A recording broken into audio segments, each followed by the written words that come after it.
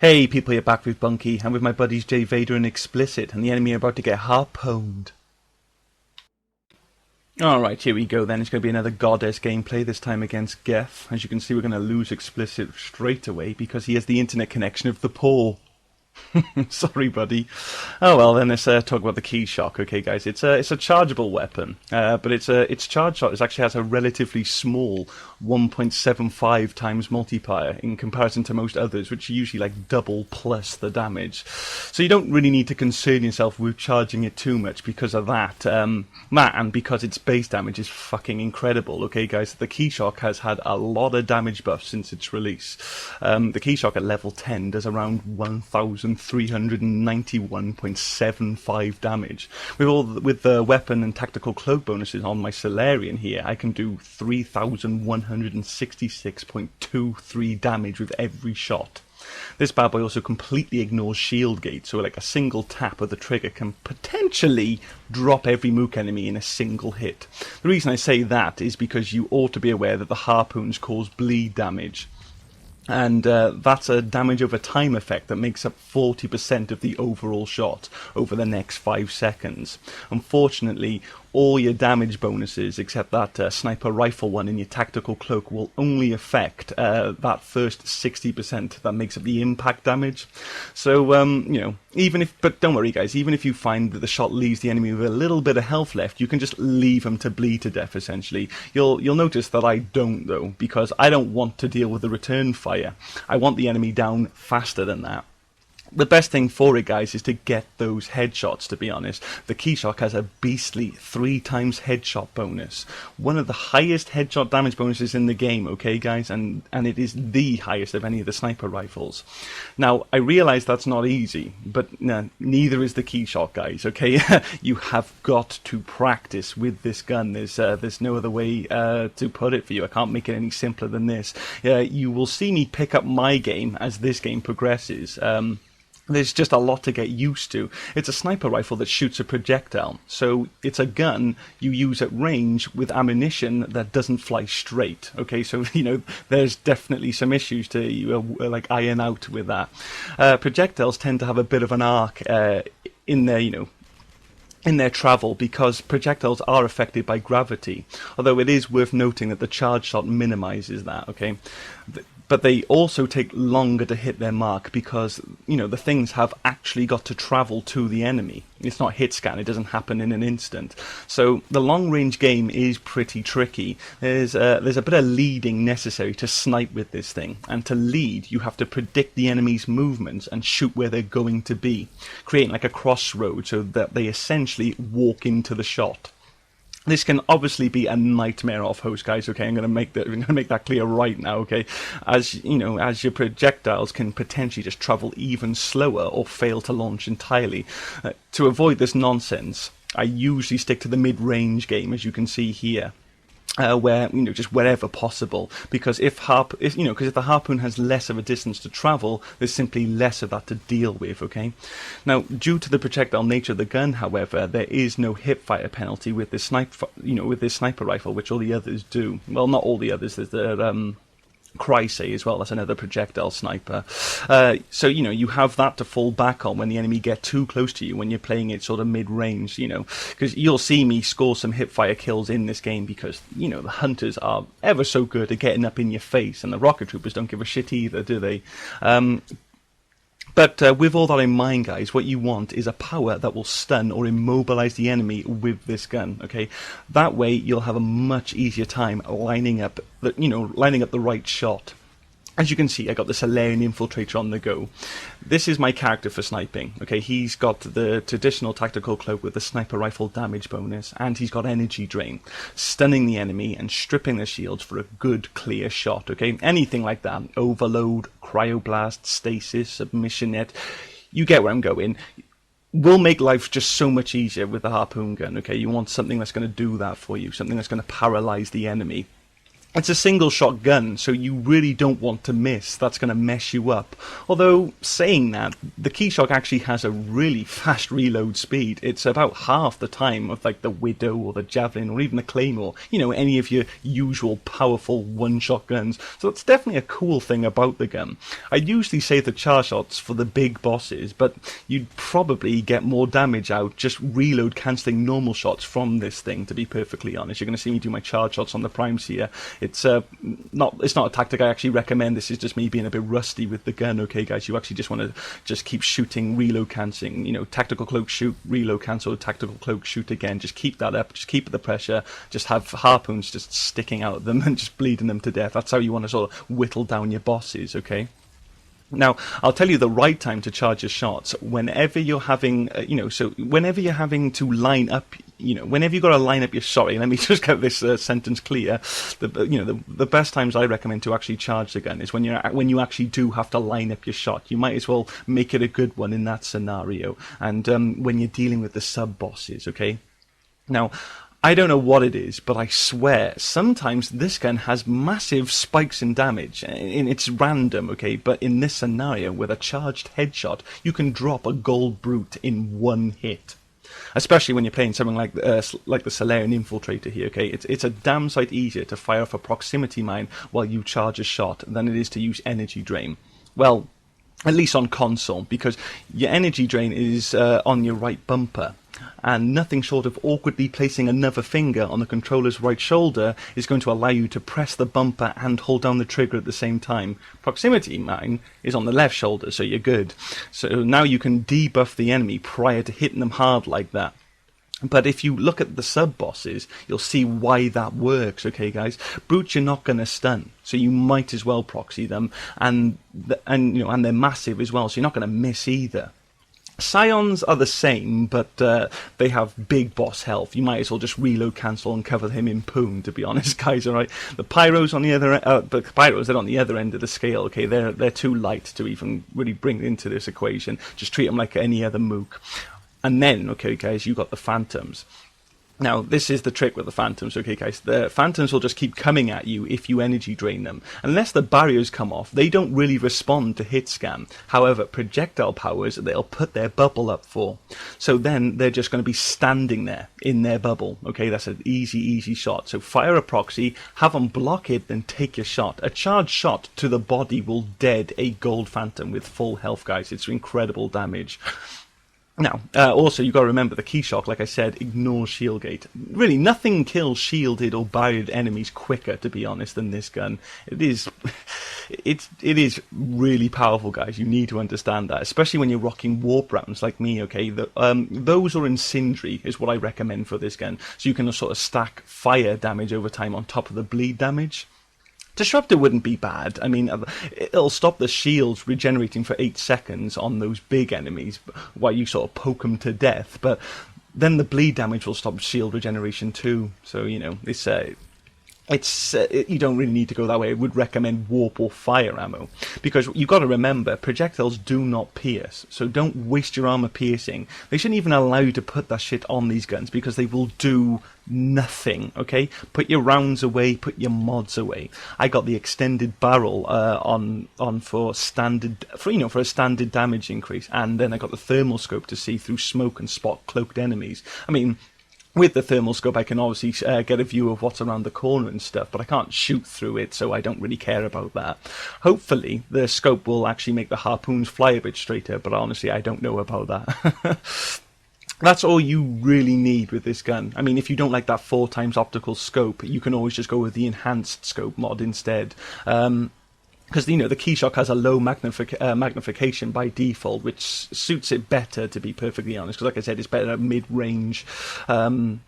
So, yeah, I can understand why some people wouldn't like a big scope on this gun, because you really don't want to be shooting from too far away.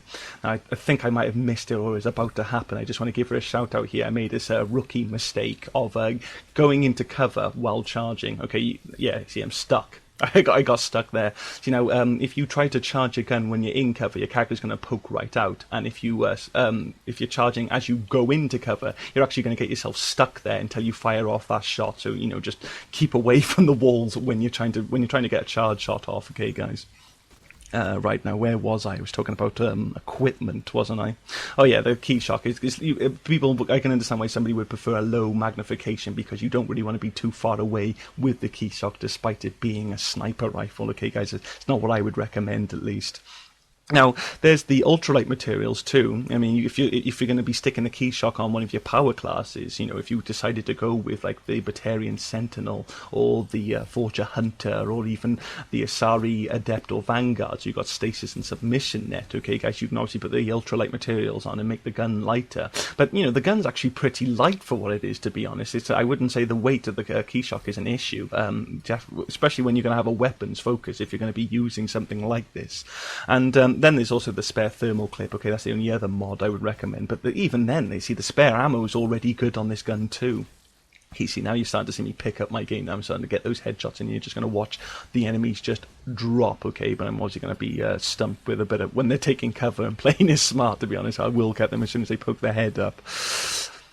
Now, where's it? See, now with the warp rounds though, okay, they're going to be my top recommendation for your special ammo type for this gun, because you know, they're giving you another damage bonus, a 2x multiplier to barriers, and the weakening armor. It's all good stuff for big boss targets, because dealing with them is not a strength of the Kishock. Okay, it really isn't. As a projectile weapon, it does not suffer you know, it does not suffer armor mitigation, but without piercing you can't do things like triple tap an Atlas like other snipers can, so it just will not perform as well against bosses. That's something you really got to note. Now the projectiles, you know, the projectiles are massive. Actually, okay, they are massive. They will like naturally poke through armor plating and allow you to sort of pierce a guardian shield. So you don't need to worry about getting around them. You can literally just shoot straight at them. The massive projectile just protrudes right through the whole thing. Actually, it's quite funny. It's pretty amusing how the harpoons protrude out of what they hit. There's some laughs to be had when you see one of those things sticking out of a Bwnci's eye and she's there screaming. But as I said before, guys, it's all about the move. Those poor bastards go flying when a harpoon takes them out, and they bounce all over the place. Honestly, if this gun just nailed them to the wall, I could overlook all its shortcomings and just revel in that. And I think that would be just pure comedy gold. But let me end on a positive to complete this like compliment sandwich, because the Kishock is a damn good gun, okay, and it's just godly in the right hands. But like I said in the ARC pistol video, okay, about how to use charge weapons with tactical cloak, although I don't recommend charging your shot often, when you do, when you're dropping those phantoms, brutes and ravagers, because you can one-shot all of those guys, you can charge first and then cloak, and when you release the shot it will not break cloak. This allows you to remain invisible while you're attacking, or have two shots benefit from the cloak bonus, you know, just to make sure she dies, okay, when you're taking out that phantom. It's this kind of incredible damage that you've just got to give the Kishock credit for. I mean, its damage rivals that of the Javelin, and I respect it, and anyone who can capitalize on it.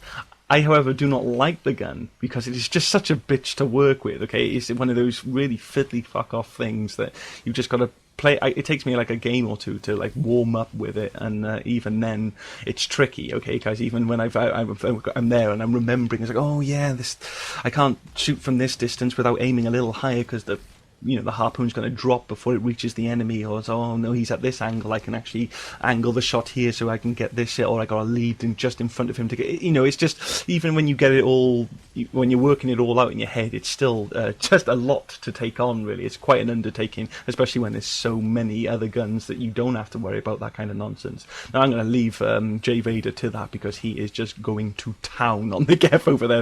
There's nothing I could fucking harpoon. I mean, he's playing the Quarry Male Engineer, the anti-Geth, okay, so wherever J Vader is, I'm going to go on the other side of the map, because I'm not going to get any kills over there.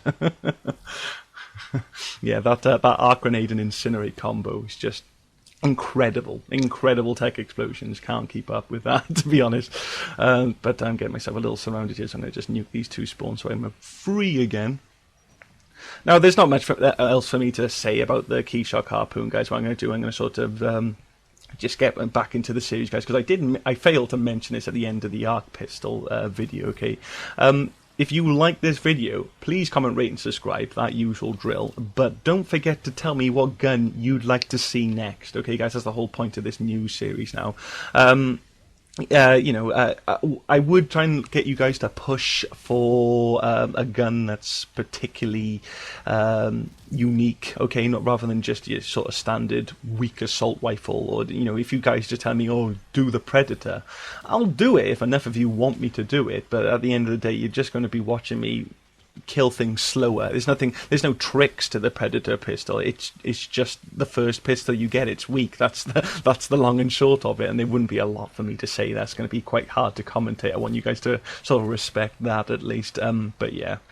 I will do whatever you guys vote the highest, because what I want you to guys do is to post a comment of, tell me what you think of this video, but I'd also like to know which guns you'd like to see me use, and if you guys see anybody who's posted the gun you want to see, vote that comment up then, guys, because then that's going to just push it on the top of the video. I'm going to be able to see that, like, I don't know, 14 people gave this one a thumbs up, so then it's like, okay, people definitely want to see this gun, and then that's the one I'll jump on next and I'll play around with and give you the facts about, you know, what I'm striving to do here, guys, is basically show you the way to get the best results out of all the guns, okay, guys. So it's like it's essentially to help you discover new weapons, okay, guys. I'm going to try and let you realise the true potential of some of these guns, especially the ones that are overlooked because they're tricky, or, you know, or because it's just too easy to put the Harrier on fucking everything, to be honest, okay, that kind of stuff, and give you more things to play with, because it might be just something that you didn't quite understand, or it's something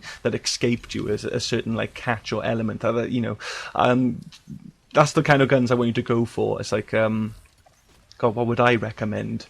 Now, because remember, I do have the Know Your Meme playlist. Okay, that's all my build videos of my characters, and I do play with a lot of different guns, guys. I think if you just sort of watched all my build videos, you're gonna see a lot of different guns in that. Okay, guys, and then there would be no reason for me to do another video on the gun specifically, because I will have covered the gun. I mean, something like the collector sniper rifle is definitely a tricky one, but I cover it, guys. If you watch the Asari Infiltrator. Okay, that's where I'm playing with the collector's sniper rifle. I tell you about how to do well with that gun, how to work that gun.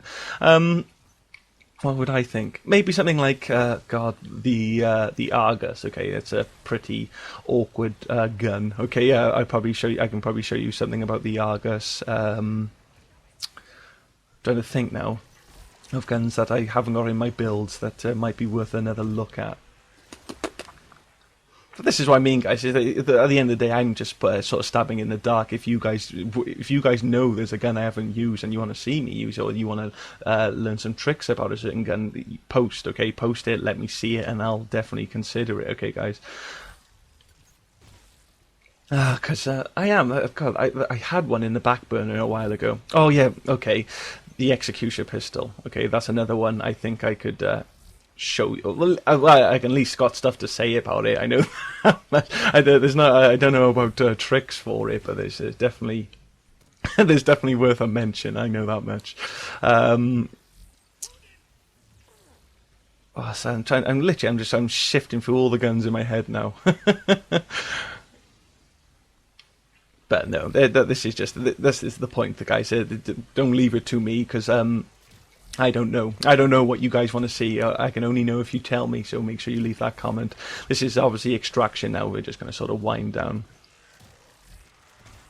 Well, for Goddess, I always kind of hold this sort of balcony area here, because basically you've got as many escape routes as the enemies have got approach routes. So, you know, if it ever gets heavy, you can slip out of here quite nicely. But also, it's the highest ground on the map there, so you basically got that advantage of the enemy as they kind of climb their way to you. You can just do a lot of pop shots then before they've actually got a clear angle on you. So that's basically what I always kind of recommend for Goddess. But there's me finally getting my medal there for the snipers. I'm going to start heading home now. But yeah, that's I tell you what, actually, guys, I mentioned it earlier. That would be a good one to ask for, the Chrysay sniper rifle. Okay, that's the other projectile sniper, like I said before. That's they that gun went from godly to garbage in in one weekend, and yeah, that's definitely something I can talk about as well, guys. But again, I'm just throwing them out there. Tell me what you want to see, guys, and I'll make it happen. Please comment, rate, and subscribe. Until then, I will see you guys in the next video. Take care of yourselves now.